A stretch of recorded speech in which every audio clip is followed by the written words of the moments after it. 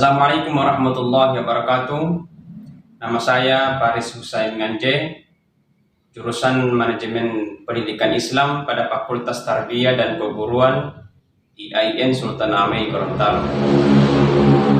Pada kesempatan ini saya akan menjelaskan materi yang ada pada mata kuliah Manajemen Strategi pada Lembaga Pendidikan Islam. Yang pertama adalah konsep manajemen strategi. Apa itu manajemen strategi? Manajemen strategi adalah ilmu dan seni untuk pembuatan, penerapan, dan evaluasi keputusan-keputusan strategi antar fungsi yang memungkinkan sebuah organisasi mencapai tujuan di masa yang akan datang.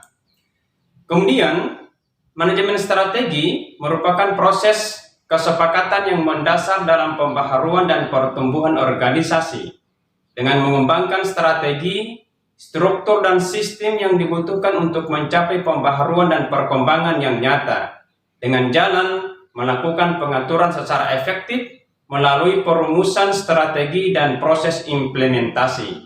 Pendapat ini adalah menurut Hofer. Selanjutnya, manajemen strategi itu berfungsi untuk merencanakan, mengorganisasikan, melaksanakan, dan mengevaluasi hal-hal yang bersifat strategi.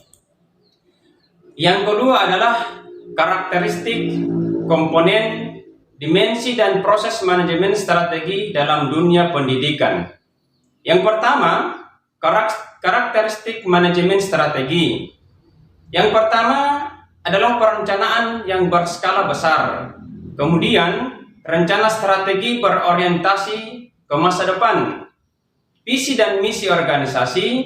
Selanjutnya, adanya keterlibatan pimpinan puncak dalam penyusunan rencana strategi. Dan yang terakhir, hasil rumusan rencana strategi diimplementasikan melalui fungsi manajemen.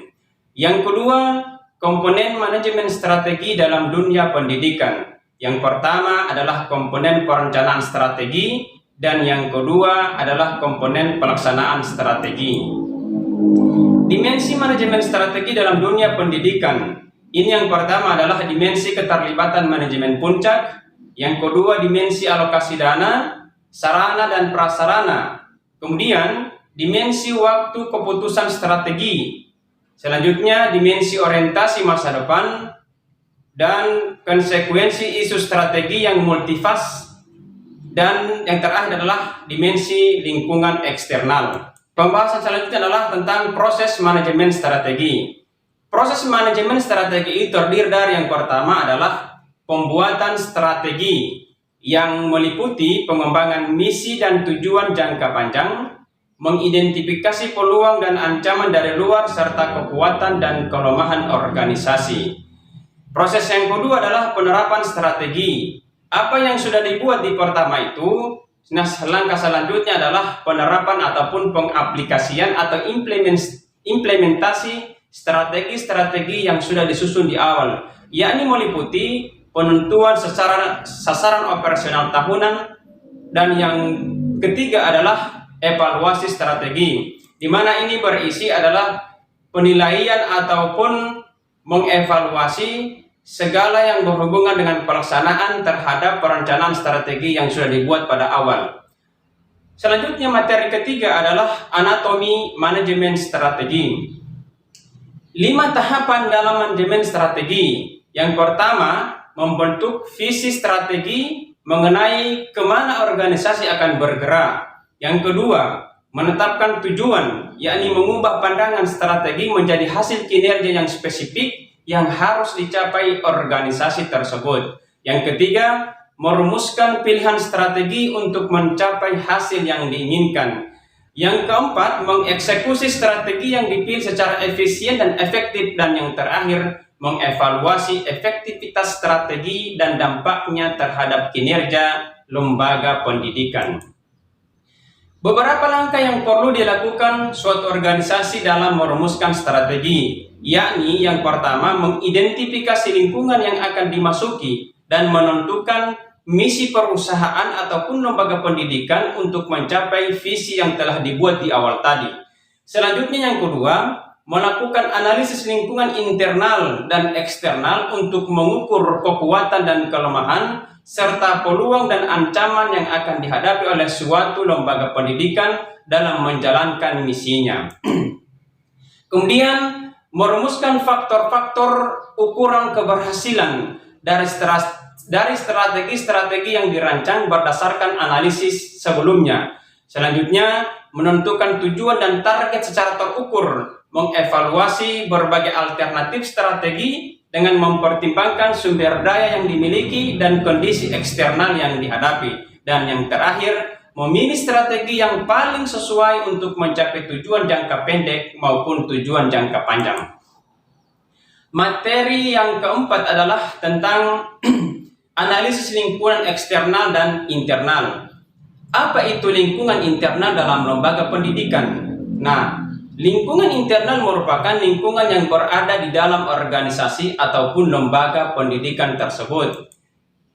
Lingkungan internal lembaga pendidikan meliputi struktur lembaga pendidikan, yakni struktur organisasi yang ada di lembaga tersebut, penempatan para tenaga pendidik dan tenaga kependidikan yang ada di dalamnya. Kemudian, yang kedua adalah sistem lembaga pendidikan. Nah, sistem ini mungkin berhubungan dengan kurikulum nantinya yang akan dilaksanakan di dalam lembaga pendidikan tersebut. Kemudian adalah sistem komunikasi internal yang terjalin dengan baik antara kepala sekolah, guru, pegawai, dan siswa, maka akan tercipta sistem lembaga pendidikan yang bagus di dalamnya. Lingkungan internal berikutnya adalah sumber daya manusia. Ya, sumber daya manusia ini adalah semua penggerak yang ada di dalam sekolah tersebut, yakni itu kepala sekolahnya, gurunya, tenaga kependidikannya, tata usaha dan lain sebagainya. Itu yang berhubungan dengan sumber daya manusia.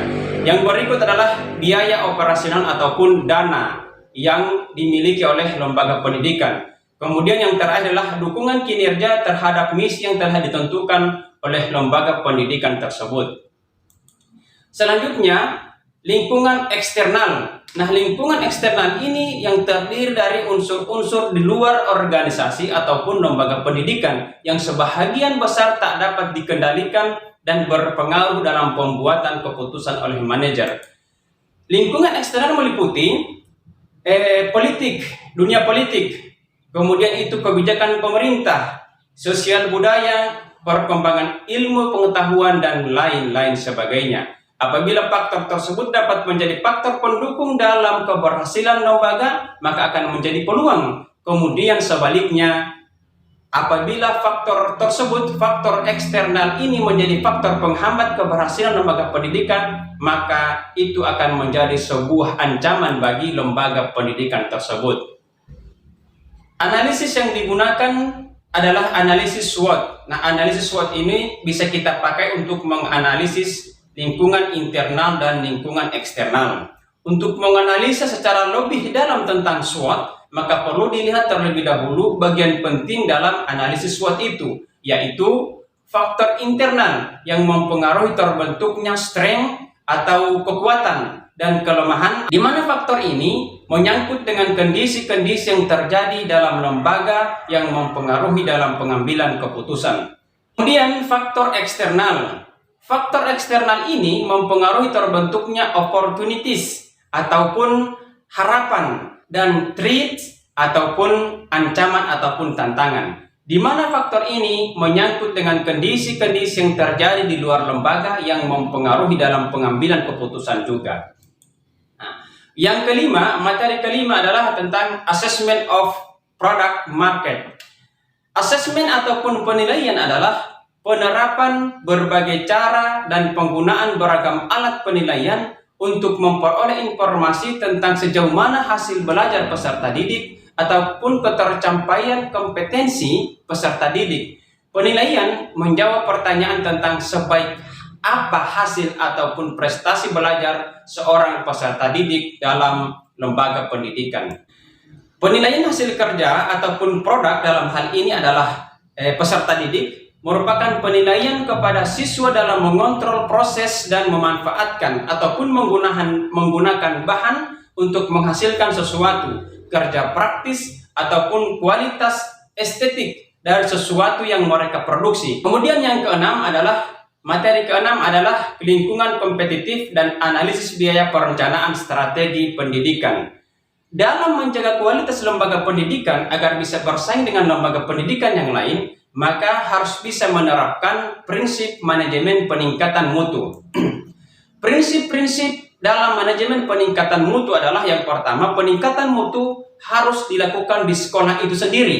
Kemudian yang kedua, peningkatan mutu dapat dilaksanakan dengan adanya kepemimpinan yang baik. Artinya, pemimpin yang baik bisa menentukan kualitas dalam lembaga pendidikan itu sendiri. Yang ketiga, peningkatan mutu harus didasarkan pada data dan fakta, baik itu yang bersifat data kualitatif maupun itu data kuantitatif. Yang selanjutnya, yang keempat adalah peningkatan mutu harus memberdayakan dan melibatkan semua unsur yang ada di sekolah, mulai dari kepala sekolahnya, guru-gurunya, tenaga kependidikannya, dalam hal ini adalah tata usaha, kemudian melibatkan seluruh siswa yang ada. Kemudian yang berikut, peningkatan mutu memiliki tujuan bahwa sekolah dapat memberikan kepuasan kepada peserta didik, orang tua, dan masyarakat. Hal-hal yang berkaitan dengan manajemen peningkatan mutu yang pertama adalah mengendalikan proses yang berlangsung di sekolah, baik itu proses kurikuler maupun proses administrasi. Yang kedua, melibatkan proses diagnosa. Diagnosa di sini adalah kita harus mencari tahu permasalahan yang ada di sekolah tersebut, kemudian kita berikan solusinya. Itu namanya diagnosa. Kemudian yang ketiga adalah memerlukan partisipasi semua pihak, baik itu kepala sekolah, guru, staf administrasi, peserta didik, orang tua, dan para pakar yang ahli dalam bidang pendidikan. Kemudian, peningkatan mutu agar tetap bisa bersaing dengan lembaga pendidikan yang lain harus didukung oleh strategi perencanaan pembiayaan. Tahapan strategi perencanaan pembiayaan dalam pendidikan adalah yang pertama diawali dengan disusunnya visi dan misi sekolah. Tanpa visi dan misi sekolah, maka untuk merencanakan pembiayaan terhadap kegiatan-kegiatan yang berada di sekolah tersebut, maka kita tidak bisa. Karena kita belum tahu langkah apa yang akan kita ambil. Kemudian yang kedua adalah strategi perencanaan. Setelah ada visi dan misi sekolah, maka kita harus menyusun sebuah perencanaan untuk melaksanakan sebuah kegiatan yang berhubungan dengan peningkatan mutu. Dan yang ketiga adalah penyusunan RAPBS yang dilaksanakan melalui analisis SWOT secara sederhana. Analisis SWOT ini didasarkan pada logika yang dapat memaksimalkan kekuatan dan peluang, namun secara bersamaan dapat meminimalkan kelemahan dan ancaman yang ada. Materi ketujuh adalah analisis teori-teori manajemen strategi yang tepat dalam dunia pendidikan. Ada 4 elemen dasar manajemen strategi. Yang pertama adalah environment scanning. Adalah proses memonitor, mengevaluasi, dan menyebarkan informasi dari lingkungan, baik itu lingkungan internal maupun lingkungan eksternal, kepada orang-orang penting dalam lembaga pendidikan. Tujuannya adalah untuk mengidentifikasi faktor strategi, baik internal dan eksternal, yang akan menentukan masa depan lembaga pendidikan. Yang kedua, strategi formulation adalah pengembangan rencana jangka panjang untuk membuat sebuah tata kelola manajemen yang efektif dari peluang dan ancaman dengan mempertimbangkan kekuatan dan kelemahan organisasi. Yang ketiga, strategi implementation adalah sebuah proses di mana strategi dan kebijakan diletakkan dalam serangkaian aksi melalui pengembangan program, anggaran, dan prosedur. Proses ini dapat melalui perubahan budaya, struktur, dan sistem manajerial keseluruhan organisasi. Evaluasi dan kontrol adalah sebuah proses di mana aktivitas dan pencapaian hasil organisasi dimonitor sehingga hasil yang dicapai dapat dibandingkan dengan hasil yang diharapkan. Keseluruhan pimpinan manajerial menggunakan informasi yang diperoleh dari penilaian ini untuk mengambil langkah perbaikan dan menyelesaikan masalah yang ada dalam lembaga pendidikan. Kemudian, proses evaluasi dan kontrol merupakan elemen dasar terakhir dari langkah manajemen strategi. Proses ini juga dapat mengetahui kelemahan dalam rencana strategi yang telah diimplementasikan sebelumnya dan juga bisa mendorong keseluruhan proses untuk dimulai kembali. Kemudian materi yang kedelapan adalah implementasi perubahan strategi dan future direction in strategy. Di antara strategi-strategi perubahan yang biasanya dimanfaatkan oleh para manajer guna menimbulkan perubahan keorganisasian yang direncanakan dapat disebut sebuah strategi kekuasaan pemaksaan menggunakan legitimasi imbalan-imbalan dan atau hukuman-hukuman sebagai perangsang utama untuk menimbulkan suatu perubahan dalam sebuah organisasi. Maksudnya adalah sang agen perubahan atau dalam hal ini seorang manajer, seorang pimpinan lembaga bertindak secara unilateral guna memerintahkan ataupun memaksakan perubahan melalui otoritas formal karena posisinya guna menimbulkan perubahan melalui tawaran ataupun imbalan khusus atau menimbulkan perubahan melalui ancaman-ancaman hukuman bagi mereka yang tidak mematuhinya. Orang-orang bereaksi terhadap strategi demikian karena mendapat ancaman ataupun hukuman, maka orang-orang pasti akan bereaksi, terutama oleh karena mereka takut mendapatkan hukuman. Apabila mereka tidak mengikuti peraturan perubahan ataupun karena adanya keinginan untuk mendapatkan imbalan apabila mereka menaatinya. Kemudian materi yang ke-9 adalah implementasi teori-teori manajemen strategi dalam dunia pendidikan. Implementasi strategi adalah jumlah keseluruhan aktivitas dan pilihan yang dibutuhkan untuk dapat menjalankan perencanaan strategi. Implementasi strategi merupakan proses di mana beberapa strategi dan kebijakan diubah menjadi tindakan melalui pengembangan program, anggaran, maupun prosedur.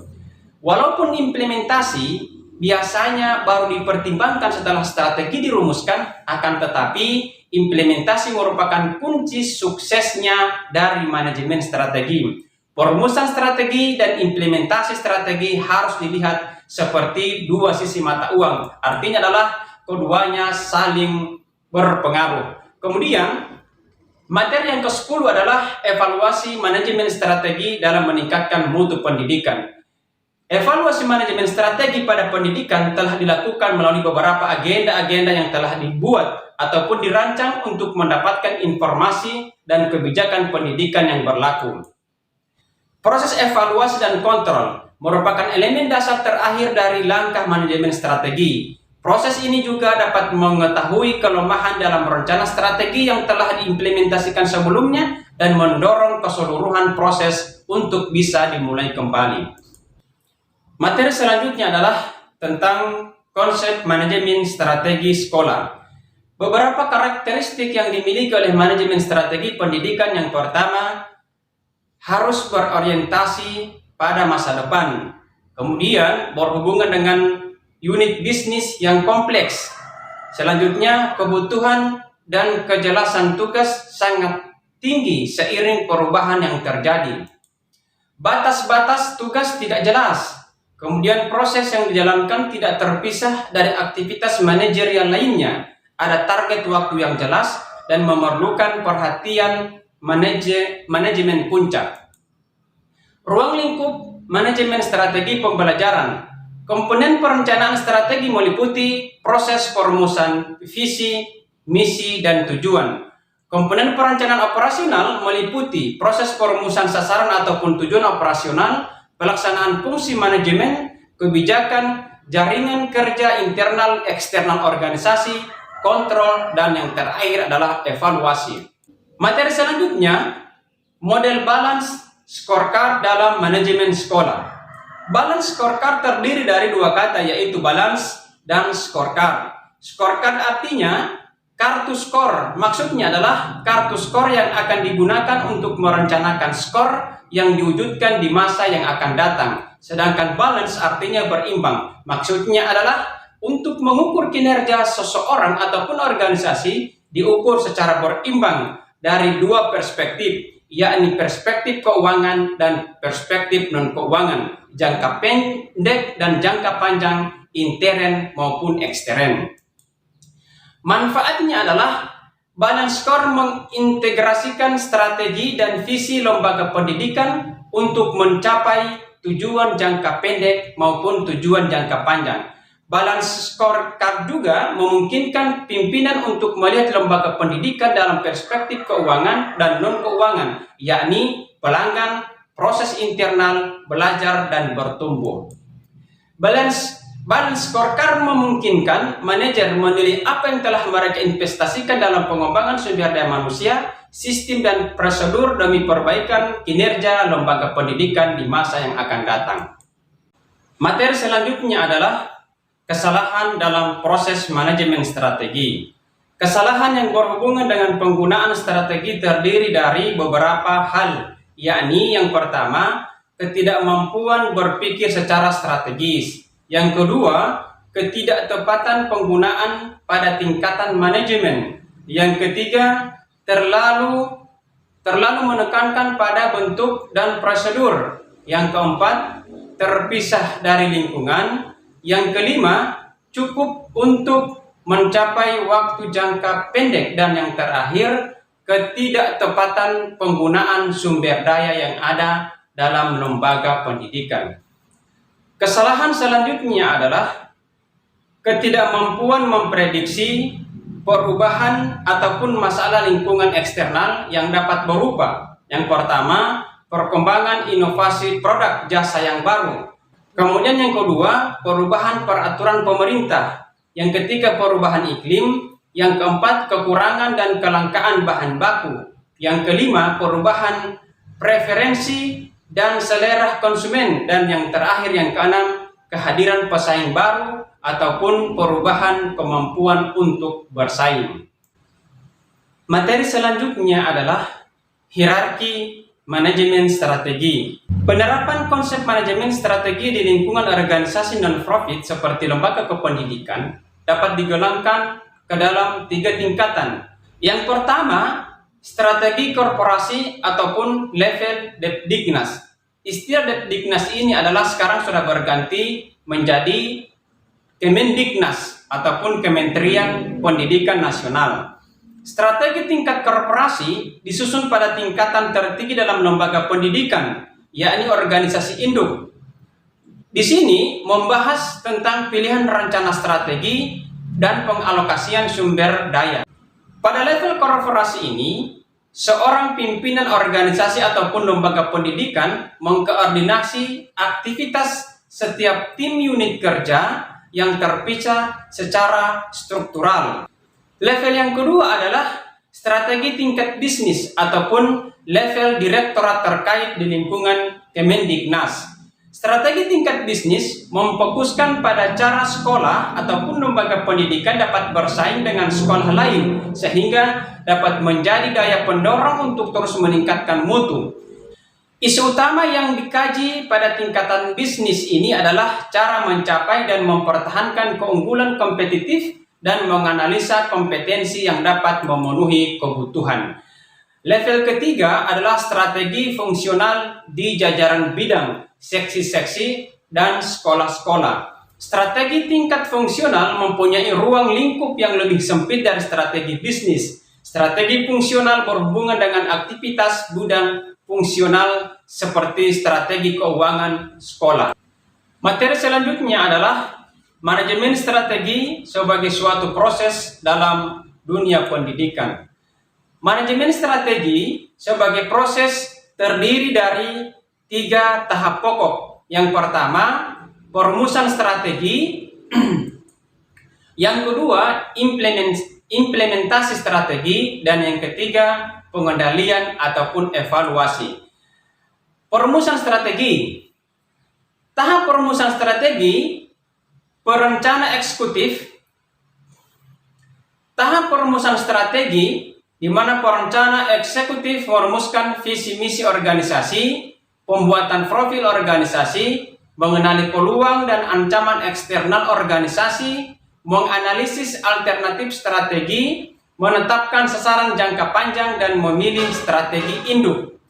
Alat manajemen yang potensial untuk membantu analisis peluang dan ancaman tersebut dapat menggunakan teknik analisis SWOT, yakni analisis terhadap kekuatan, analisis terhadap kelemahan, analisis terhadap peluang, dan analisis terhadap ancaman yang ada yang akan menimbulkan suatu hambatan terhadap berlangsungnya suatu organisasi. Yang kedua adalah implementasi strategi. Tahap implementasi pimpinan melakukan perumusan strategi operasional, menetapkan sasaran tahunan dan ataupun yang disebut dengan jangka pendek, kebijakan, motivasi, dan pemberdayaan sumber daya yang tersedia untuk merealisasikan rencana strategis dan melembagakan strategi. Kemudian yang ketiga adalah pengendalian ataupun evaluasi. Tahap pengendalian dan evaluasi ini, pimpinan melakukan pengawasan dalam rangka mendorong kelancaran pelaksanaan kegiatan-kegiatan yang telah direncanakan dan yang sementara dilaksanakan. Selanjutnya, materi tentang formulasi strategi lembaga pendidikan dalam upaya peningkatan mutu. Strategi formulasi ataupun perumusan strategi adalah proses menetapkan program atau rencana yang dilaksanakan oleh sebuah lembaga pendidikan ataupun organisasi dengan tujuan akhir yang ingin dicapainya, serta cara yang digunakan untuk mencapai tujuan akhir tersebut. Dalam hal ini, lembaga pendidikan harus merumuskan visi, misi, dan tujuan, mencermati lingkungan internal dan lingkungan eksternal, serta dapat membuat kesimpulan analisis faktor internal maupun analisis terhadap faktor eksternal. Proses perencanaan strategi meliputi 4 program kegiatan yang dijadikan lembaga pendidikan untuk meningkatkan mutu yang ada dalam lembaga pendidikan tersebut. Yang pertama, perumusan visi, misi, dan tujuan. Dalam prosesnya, perumusan visi, misi, dan tujuan disusun melalui langkah-langkah berikut, yaitu merumuskan visi terlebih dahulu dengan memprediksi masalah dan kondisi madrasah saat ini. Visi yang sudah disusun akan dikembangkan di dalam rumusan misi sesuai dengan situasi dan kondisi serta tujuan yang diharapkan. Adapun langkah selanjutnya adalah merumuskan tujuan yang ingin dicapai sebagai penjabaran ataupun implementasi dari misi yang telah disusun sebelumnya. Perumusan visi, misi, dan tujuan dipimpin oleh kepala madrasah dengan melibatkan berbagai pihak, yaitu Wakahumas, Wakakurikulum, Wakakesiswaan, Wakasarana dan Prasarana, guru, dan komite madrasah. Pelibatan berbagai unsur stakeholder lembaga bertujuan untuk memperoleh hasil yang maksimal dan sesuai dengan harapan semua pihak. Kemudian yang kedua adalah mengidentifikasi faktor internal dan eksternal, yakni dengan menggunakan analisis SWOT sebagaimana yang sudah dijelaskan pada materi-materi sebelumnya. Analisis SWOT ini didasarkan pada logika yang dapat memaksimalkan kekuatan dan peluang yang ada, namun secara bersamaan dapat meminimalkan kelemahan ataupun ancaman yang timbul dari luar organisasi ataupun lembaga pendidikan. Kemudian perencanaan jangka pendek, menengah, dan jangka panjang. Perumusan jangka pendek, menengah, dan jangka panjang yaitu dengan cara mengevaluasi pelaksanaan program tahun kemarin dengan menghubungkan program-program berikutnya. Proses perumusan jangka pendek, menengah, dan panjang dengan melibatkan tim panitia pengembang madrasah, yaitu kepala madrasah, wakil kepala madrasah, guru, dan jangan lupa juga tetap harus melibatkan komite sekolah ataupun komite madrasah. Kemudian yang berikut adalah menentukan strategi unggul. Membuat program unggulan diantaranya yaitu meningkatkan kegiatan keagamaan, sistem seleksi penerimaan peserta didik baru ataupun PPDB secara selektif. Artinya kita harus selektif dalam menerima siswa baru supaya tidak semua siswa yang bisa masuk ke sekolah kita. Artinya kita harus bisa menyeleksi siswa-siswa mana yang berprestasi untuk kita kembangkan ataupun untuk kita didik di lembaga pendidikan kita. Yang berikut adalah pengembangan diri yang intensif dan efektif dengan pengajar yang profesional sesuai dengan bidangnya masing-masing. Dalam hal ini, kita harus berprinsip pada the right man on the right job. Artinya, orang yang harus mengajar suatu bidang itu adalah orang yang memang kompeten ataupun ahli dalam bidang tersebut. Kemudian, materi selanjutnya adalah manfaat manajemen strategi dalam dunia pendidikan. Manfaat utama penerapan prinsip manajemen strategi di dalam lembaga pendidikan adalah membantu lembaga pendidikan merumuskan strategi yang lebih tepat dengan menggunakan pendekatan skematis, logis, dan rasional pada proses pemilihan strategi pengelolaan pendidikan di era global yang terus mengalami perubahan. Berdasarkan hal tersebut, maka tujuan utama manajemen strategi adalah mencapai pengertian dan komitmen dari semua eksekutif maupun pelaksana dalam lembaga pendidikan. Penerapan manajemen strategi di dalam penyelenggaraan sistem pendidikan memungkinkan suatu organisasi ataupun lembaga pendidikan penyelenggara pendidikan, termasuk di dalamnya sekolah dan departemen pendidikan, untuk lebih proaktif daripada reaktif dalam membentuk masa depan lembaga pendidikan di dunia global dewasa ini. Kemudian, materi selanjutnya adalah penggunaan manajemen berbasis sekolah atau yang dikenal dengan istilah MBS dalam meningkatkan mutu pendidikan. Manajemen berbasis sekolah ataupun MBS adalah salah satu model reformasi birokrasi sebagai konsekuensi desentralisasi dalam dunia pendidikan untuk menciptakan suatu bentuk sekolah masa depan yang lebih baik dibandingkan dengan yang sebelumnya. Tujuan utama manajemen berbasis sekolah adalah meningkatkan efisiensi, mutu, dan pemerataan pendidikan. Peningkatan efisiensi diperoleh melalui keleluasaan mengelola sumber daya yang ada, partisipasi masyarakat, dan penyederhanaan birokrasi. Penggunaan manajemen berbasis sekolah dalam meningkatkan mutu pendidikan. Dalam menguraikan karakteristik MBS, pendekatan sistem seperti input, proses, dan output harus digunakan untuk memandunya. Karena sekolah merupakan sebuah sistem, sehingga penguraian karakteristik MBS berdasarkan pada input, proses, dan output. Untuk mendukung terlaksananya penerapan manajemen berbasis sekolah, diperlukan adanya kerjasama dengan masyarakat melalui Dewan Komite Sekolah, dengan melibatkan seluruh unsur stakeholder pendidikan seperti kelompok orang tua, kelompok asosiasi, kelompok praktisi, kelompok akademisi, kelompok pengusaha, tokoh masyarakat, dan lain sebagainya. Jadi, semua stakeholder itu harus kita ajak untuk bersama-sama demi kemajuan lembaga pendidikan. Materi selanjutnya adalah efektivitas model penyelenggaraan manajemen berbasis sekolah. Efektivitas merupakan unsur pokok untuk mencapai tujuan ataupun sasaran yang telah ditentukan di dalam setiap organisasi, setiap kegiatan, ataupun dalam setiap program yang telah disusun. Efektivitas dapat diukur melalui berhasil tidaknya suatu organisasi ataupun suatu lembaga pendidikan dalam mencapai tujuan-tujuan yang telah ditutup.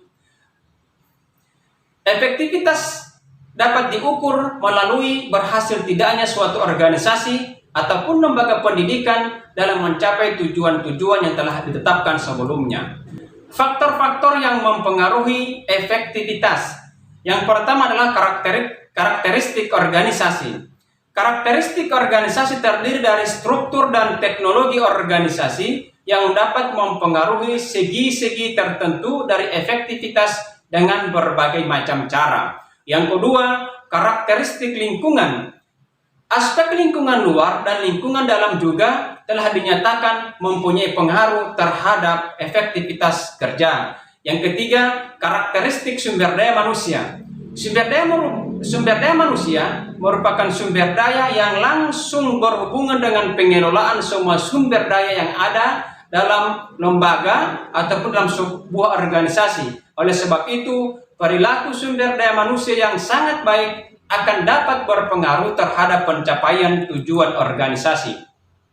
Jadi, efektif tidaknya penyelenggaraan manajemen berbasis sekolah atau MBS ini di sebuah lembaga pendidikan sangat bergantung pada faktor tadi, yakni karakteristik organisasi, karakteristik lingkungan, dan karakteristik sumber daya manusia yang menjadi pengelola dalam lembaga pendidikan tersebut. Selanjutnya, materi tentang peran dan partisipasi masyarakat terhadap sekolah.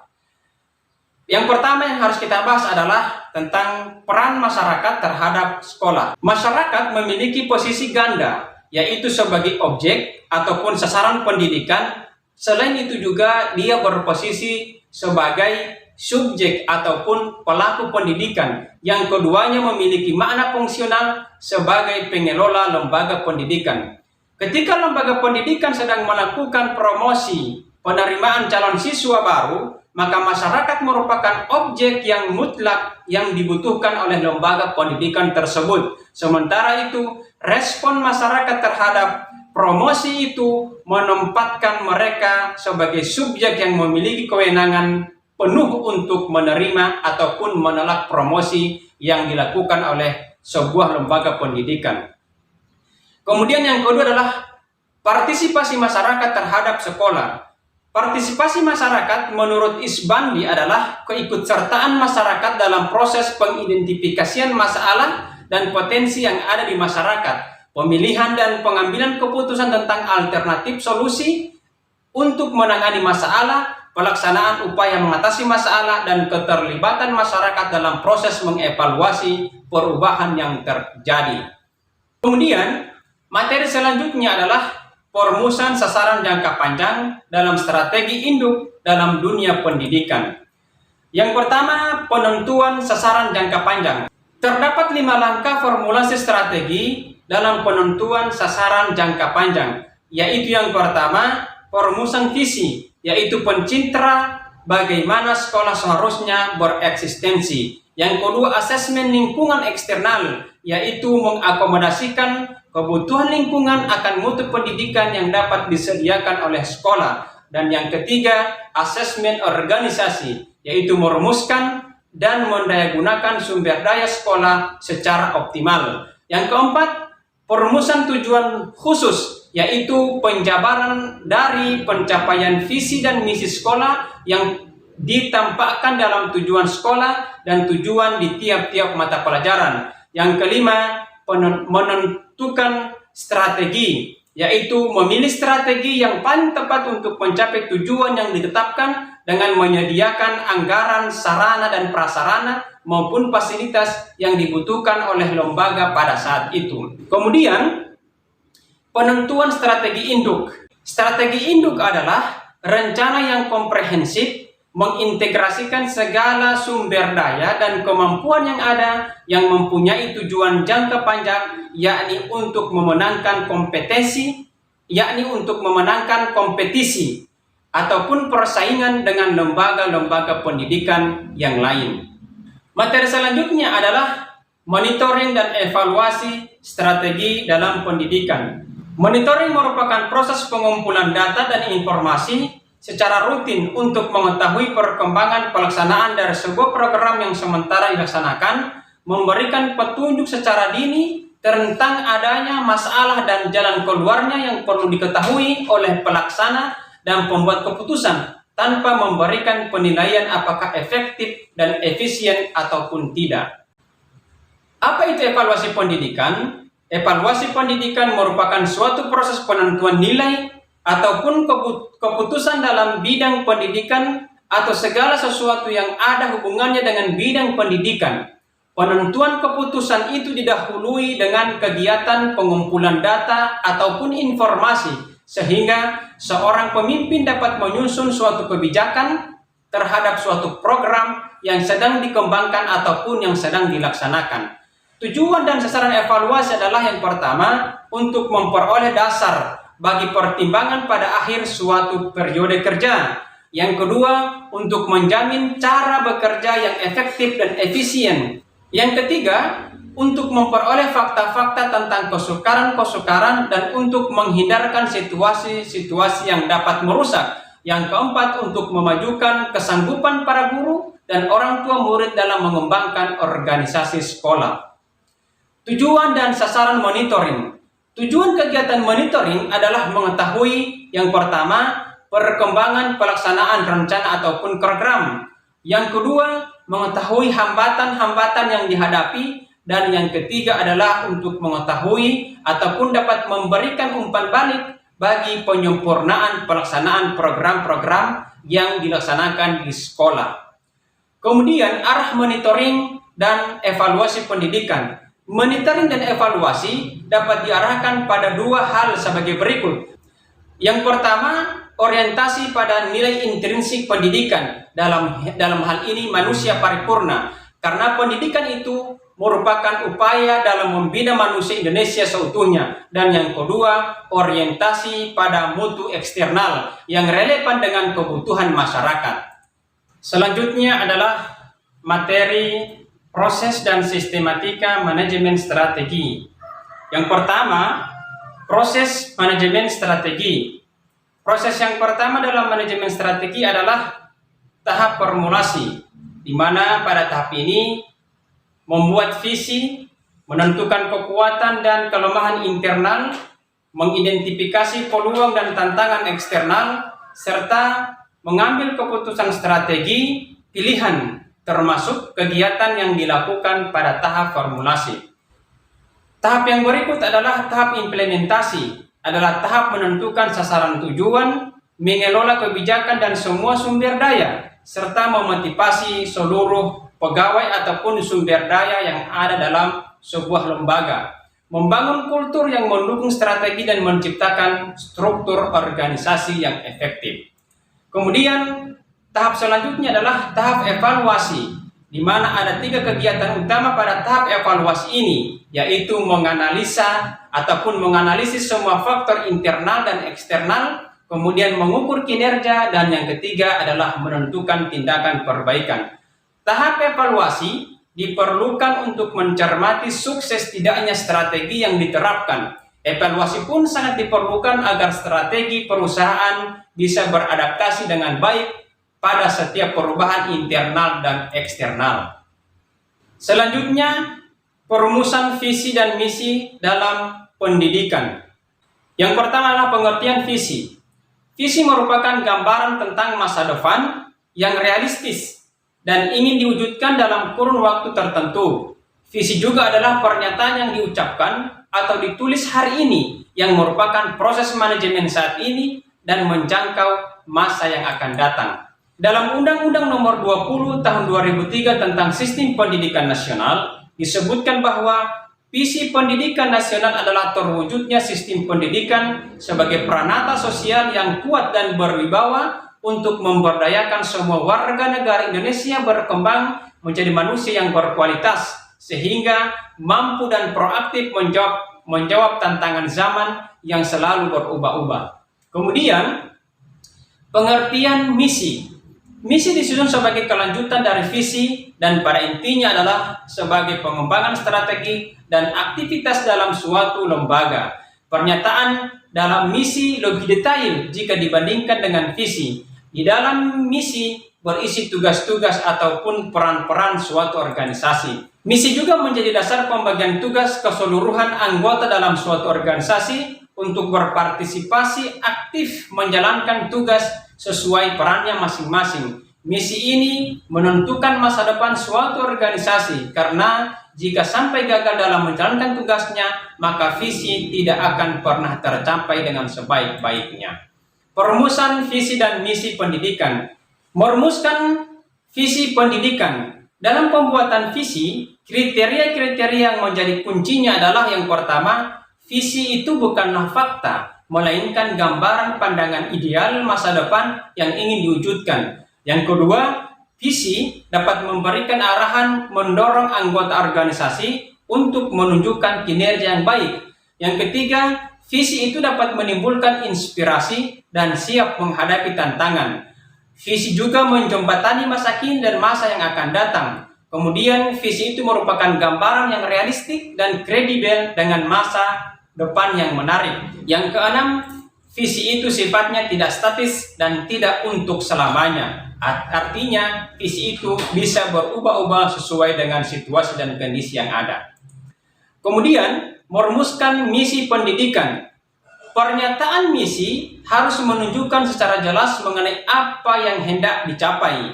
Kemudian, rumusan misi selalu dalam bentuk kalimat dan menunjukkan tindakan dan bukan kalimat yang menunjukkan keadaan sebagaimana dalam rumusan misi. Satu indikator visi dapat dirumuskan lebih dari satu rumusan misi. Antara indikator visi dengan rumusan misi atau ada keterkaitan atau terdapat benang merahnya secara jelas.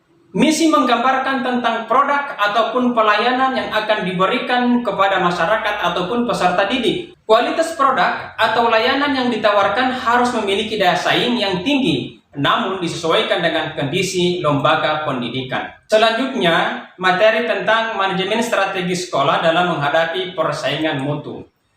Manajemen strategi sekolah, yakni sebagai proses perencanaan, pengarahan, pengorganisasian, dan pengendalian berbagai keputusan dan tindakan strategis sekolah dengan tujuan untuk mencapai keunggulan yang kompetitif. Keuntungan manajemen strategi sekolah adalah yang pertama, kegiatan formulasi strategi memperkuat kemampuan sekolah untuk menghindari masalah yang akan terjadi. Yang kedua, keputusan strategi yang berdasarkan kelompok niscaya merupakan keputusan alternatif yang terbaik. Dan yang ketiga, keterlibatan pegawai dalam memformulasikan keputusan akan meningkatkan pemahaman mereka dan meningkatkan motivasi dalam kinerja. Selanjutnya, tahapan-tahapan dalam manajemen strategi. Yang pertama adalah perencanaan strategi. Dalam tahapan ini meliputi hal-hal sebagai berikut. Yang pertama, pengembangan visi, misi, dan tujuan lembaga. Kemudian adalah analisis SWOT. Selanjutnya, perencanaan jangka pendek, jangka menengah, dan jangka panjang. Dan yang terakhir adalah penentuan strategi yang unggul. Kemudian, tahapan yang kedua adalah pelaksanaan strategi. Dalam tahapan ini meliputi hal-hal sebagai berikut. Yang pertama, menentukan kebijakan sekolah. Yang kedua, memotivasi karyawan. Yang ketiga, mengalokasikan sumber-sumber daya manusia. Dan yang keempat, mengembangkan budaya yang mendukung strategi yang akan dilaksanakan. Kemudian tahapan yang terakhir adalah evaluasi ataupun kontrol strategi. Tahapan ini mencakup hal-hal sebagai berikut. Yang pertama, memonitor seluruh hasil-hasil dari pembuatan dan penerapan strategi. Yang kedua, mengukur kinerja individu dan sekolah. Dan yang terakhir, mengambil langkah-langkah untuk perbaikan. Peningkatan mutu pendidikan. Mutu pendidikan adalah derajat keunggulan dalam pengelolaan pendidikan secara efektif dan efisien untuk melahirkan keunggulan akademis dan ekstrakurikuler pada peserta didik yang dinyatakan lulus untuk satu jenjang pendidikan ataupun untuk menyelesaikan suatu pembelajaran. Komponen-komponen yang terdapat dalam mutu pendidikan. Yang pertama, kesiapan dan memotivasi siswa. Kemudian yang kedua, kemampuan guru profesional dan kerjasama dalam organisasi sekolah. Yang ketiga, kurikulum yang meliputi relevansi isi dan operasional proses pembelajarannya. Dan yang terakhir adalah sarana dan prasarana yang meliputi kecukupan dan keefektifan dalam mendukung proses pembelajaran. Jika semua komponen mutu ini dikelola dengan sebaik-baiknya sehingga bisa menghasilkan output yang berkualitas, maka sudah dipastikan lembaga pendidikan tersebut tidak akan kalah bersaing dengan lembaga pendidikan yang lain. Itulah materi manajemen strategi dalam pendidikan yang bisa saya paparkan. Lebih dan kurangnya saya mohon maaf. Wallahu muwaffiq ila aqwamit thoriq. Billahi fi sabilillah fastabiqul khairat. Wassalamualaikum warahmatullahi wabarakatuh.